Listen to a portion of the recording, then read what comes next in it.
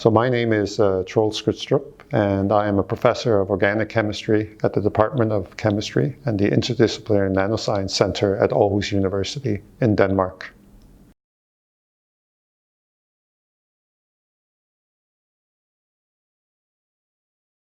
I've always been interested in synthetic organic chemistries from my time as a PhD student, and I always, different areas, I try to do something a bit non-mainstream to try to do something different. So I've worked a lot with samarium diiodide chemistry for a long period. And then at one point when working with transition metal catalysis, which is another field of high interest, we had an accident in the group working with carbon monoxide and with a leak in the lab, which was not a very nice situation. And so we started thinking about how can we work and do chemistry with low molecular weight gases, where we look at them as a stoichiometric reagent.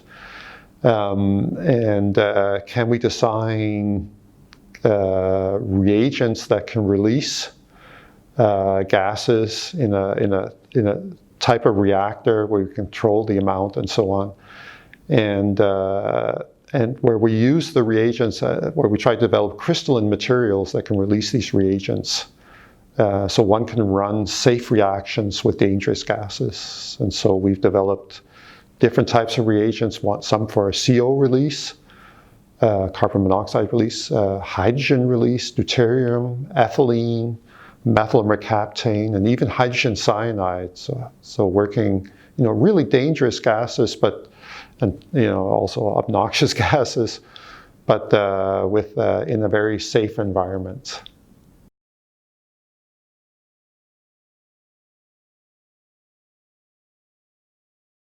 Working again with these types of gases, we've been able to move into an area that's very important for the pharmaceutical industry and the agrochemical industry in drug development, where these reagents, such as carbon monoxide, we can use for carbon isotope labeling. So we have really cool ways of introducing these labels into bioactive molecules, because the majority of these carbon isotopes, such as carbon-11 and carbon-14, originate from carbon dioxide. And so we have a really nice way of reducing carbon dioxide to carbon monoxide.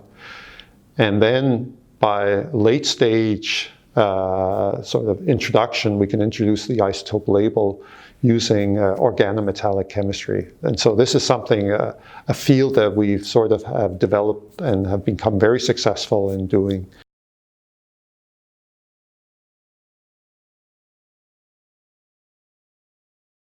One of the directions, of course, will be continuing this isotope labeling. There's so much chemistry to be done, and also discovery of new organometallic reagents and so on.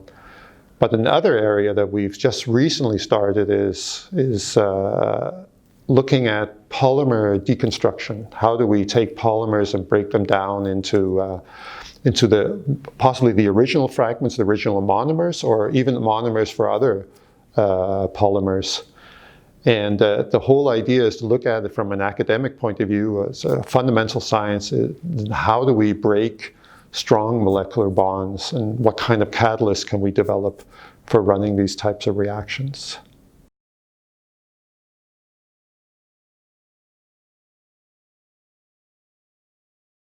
I can tell you Denmark is a really nice area to do chemical research. There's a lot of funding in Denmark for basic research, and then we just have a very livable and liberal society in Denmark, and I should also state that the highest salaries for PhD students are in Denmark.